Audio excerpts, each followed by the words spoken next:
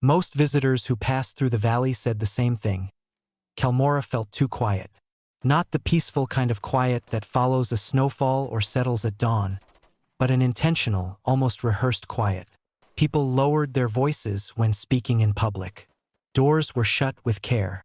Children were trained early not to shout or even squeal when they played outside. By nightfall, the silence felt so absolute that the wind itself seemed hesitant to move through the trees. Tio Rowan. The silence didn't feel natural. It never had. Because even on the stillest nights, even in the hours when not a single voice rose in the village, he lived in a world that was never quiet. Rowan heard colors, felt them really vibrating through his mind in tones and harmonies no one else around him sensed. Blue hummed low and steady, like a calming heartbeat. Yellows buzzed with warm energy, a lively thrumming that made him cheerful despite himself. Reds were sharp, metallic, almost vicious at times. And violet, especially the violet of the mountain ridge called the Skybone, was ancient and slow, a deep, humming note that had been part of Rowan's world for as long as he could remember. As a child, he'd been careless about it, babbling about the loud blue blanket or giggling when the orange sunset tickled him. His parents had tried, at first, to play along, assuming he was simply imaginative. But the older he became, the sharper and more overwhelming these sensations grew. It wasn't something he could pretend away. It wasn't something he could turn off. His parents eventually stopped asking him what he heard. And Rowan, learning the village's fear of anything unusual, stopped offering. Because Kalmora wasn't merely a quiet place. It was a place that demanded quiet. The people obeyed a set of unwritten rules as strictly as law. Never shout. Never whistle after dusk. Never walk the northern path alone. Never repeat the old stories. The rare times Rowan dared to question these rules, he was met with vague answers. Peace requires discipline, his mother would say, tightening her lips. Noise carries further than you think. His father would murmur, eyes lowered. No one ever gave a real reason. But Rowan sensed one. The silence wasn't habit. It was protection. The silence felt like a wall, and Rowan felt something pressing against it from the outside. His strange ability, synesthetic, impossible to explain, made the world both beautiful and unbearable. Colors weren't just sights. They were sounds that rang inside him, shaping everything he experienced. Most days it was manageable, almost comforting. But sometimes he felt deeper vibrations, ones not tied to anything visible. The forest had a low, murky tone that felt like a warning. The river sang with silver notes that shifted with its current. And the Skybone mountain hummed with a resonance so old and steady it sometimes felt like it was breathing. That hum changed the night before his 17th birthday. Rowan woke violently, as if someone had slammed a cymbal beside his head. But the house was dark and still. Mira slept soundly in the small bed across from him. No one had made a sound. What had woken him was color. Red, violent, metallic, screaming red, filled the room like a pulse. It came from the window, from the sky beyond it, throbbing with painful intensity. His breath caught. He pushed himself out of bed and threw open the shutters. A streak of crimson light carved across the night sky, glowing so brightly the stars seemed to shrink away from it. It wasn't a shooting star. It moved too slowly, too deliberately, trailing shimmering red behind it. And its sound, if Rowan could call it that, was a long, tearing scream of metal and flame. The red struck him like a physical force, reverberating through his bones, making his knees buckle as he gripped the windowsill. Behind him, Mira stirred and gasped awake. "Rowan, look!" she whispered, voice shaking. "The mountain, it's glowing." Rowan turned toward the Skybone, and the breath left his lungs. The jagged ridge was lit from within, as though veins of violet light pulsed beneath the stone, growing brighter with every heartbeat. The steady hum he had always heard from the mountain was no longer steady. It was rumbling, layered, multiplied, as if something inside the stone was waking up and stretching after centuries of sleep. But worse was the realization that the crimson in the sky wasn't just passing overhead. It was answering the mountain. Crimson calling. Violet responding. The red streak suddenly arced downward, dipping, bending, aimed like a falling blade toward the northern forest. It struck with a force that sent a blast of red across the valley, rippling through the trees and shaking the houses. Every candle in every window of Kelmora went dark at once, as though snuffed by invisible fingers. The silence that followed felt like the entire world was holding its breath. The next morning, Rowan woke feeling like his nerves were still vibrating. The air smelled faintly of ash. Villagers gathered in small, tight groups, whispering, worried eyes darting toward the northern path. Hunters returned with news of scorched earth and toppled trees.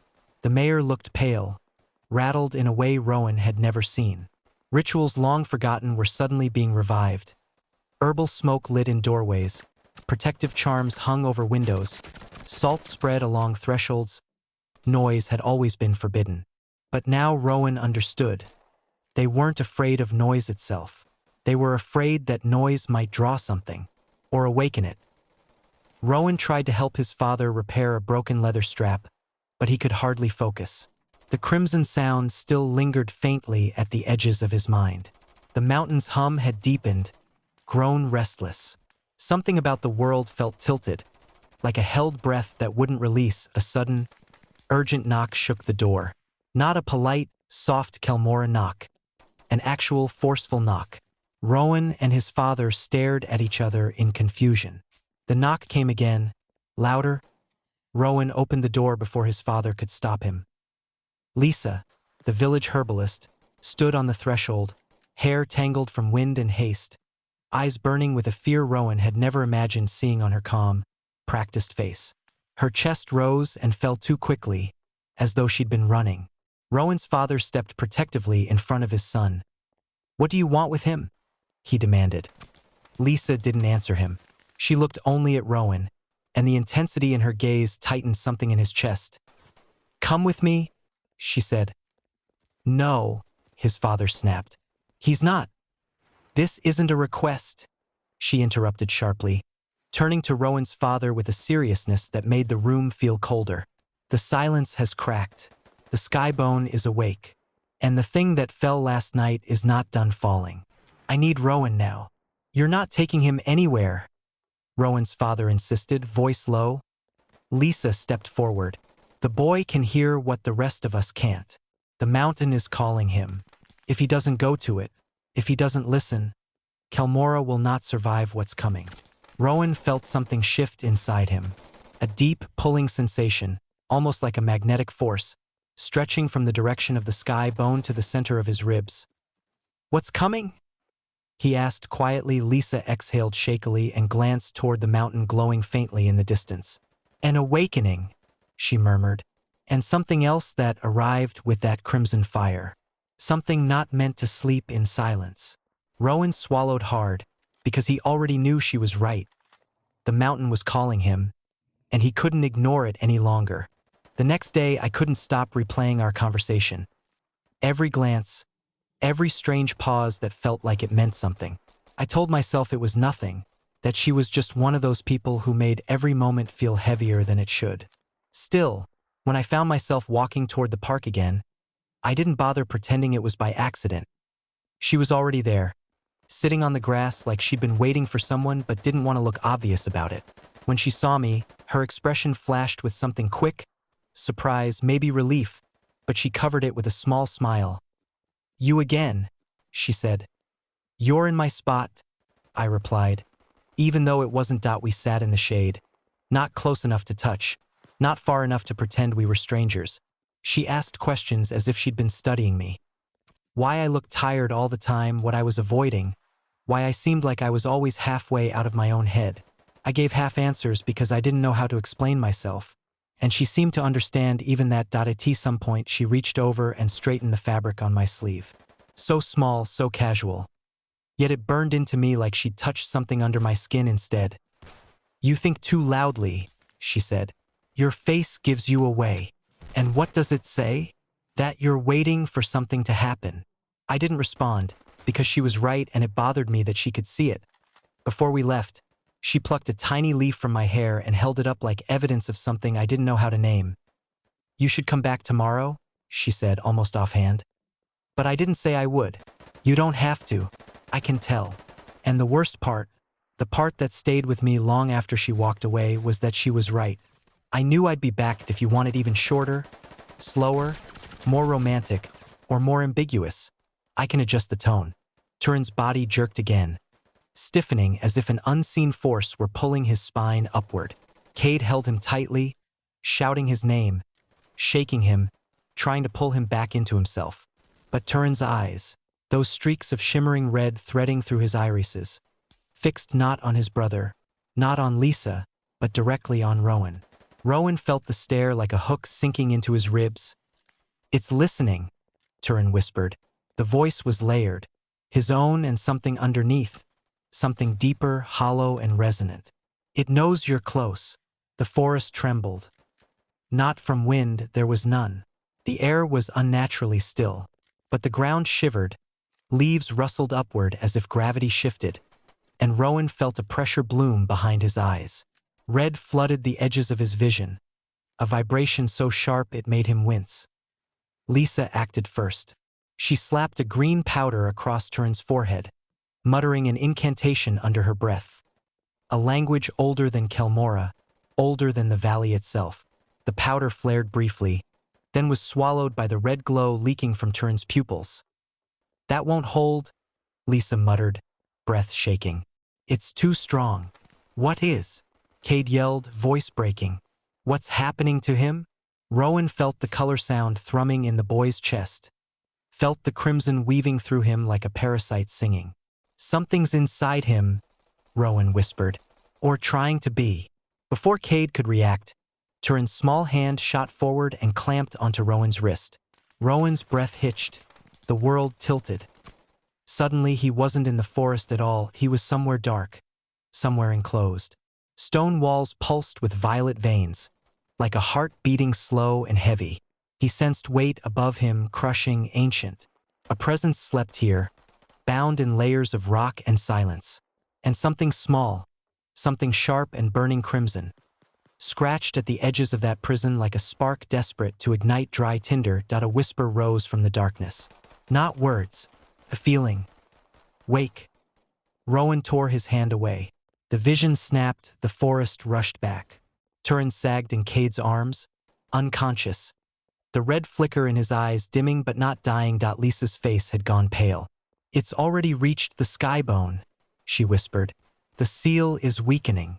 A deep rumble reverberated through the ground, so faint Rowan suspected only he and Lisa felt it. But it was there, a stirring, a warning. "We need to move," Lisa said, tying herbs around Turin's wrist and handing Cade a vial. "Pour this down his throat if the red wakes again. It will not cure him, but it may delay what's trying to take him."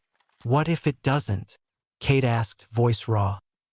"Then you keep him alive," she said, "until Rowan does what he was born to do." Cade looked at Rowan, then really looked at him, for the first time.